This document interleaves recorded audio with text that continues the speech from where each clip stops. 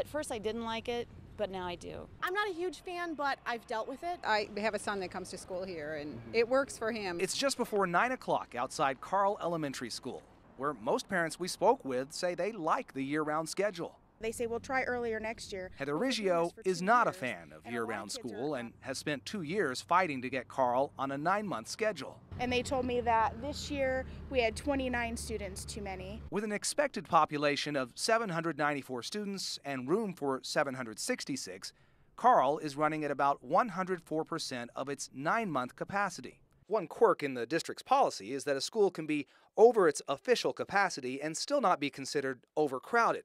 The guidelines say a school should go year-round when it goes over 115% of its capacity and possibly revert back to a 9-month schedule if the population falls below 108% capacity.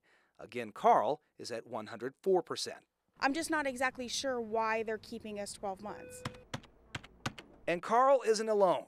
We asked the school district to provide us the population prediction and the 9-month capacity for every elementary school in the district. We crunched the numbers and found 12 year-round schools that don't appear to meet the formal year-round guidelines.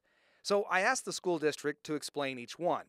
Steele Elementary is year-round even though the population was projected at only 98% of its 9-month capacity. The district says it fears a recent zoning map change could put it over the top.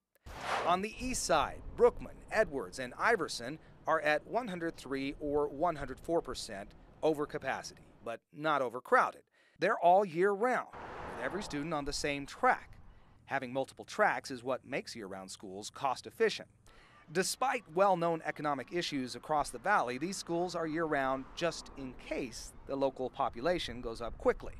One glaring example we found is here at Diaz Elementary. Now, this is a year-round school, yet it's running at about 81% of its 9-month student capacity. And just a few blocks away, here at Cortez Elementary, you have another year-round school. Now, this one is running slightly over its 9-month capacity.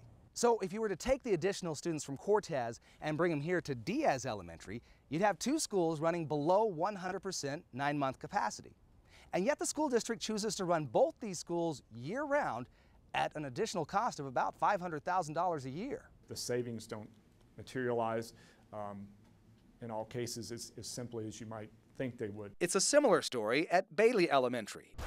At 105% capacity, running year-round because its sister school, Cunningham, is at 150% capacity. Back at Carl Elementary, when I tell the parents who are fans of year-round schools that it costs, on average, an extra $250,000 to operate a school year-round, their opinions change.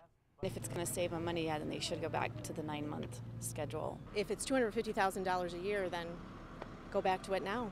It works for you on the personal side. When you hear about the financial side, what are your thoughts? That makes me sick because, you know, that would mean that many more teachers we could have or more programs for our schools. In total, a year-round school costs more. On a per-student basis, it's actually cheaper. If we were to balance this all, if we were to make this decision just on operating costs, again, if that was the one variable, which is not the most critical variable for this decision, we would likely put all schools on year-round.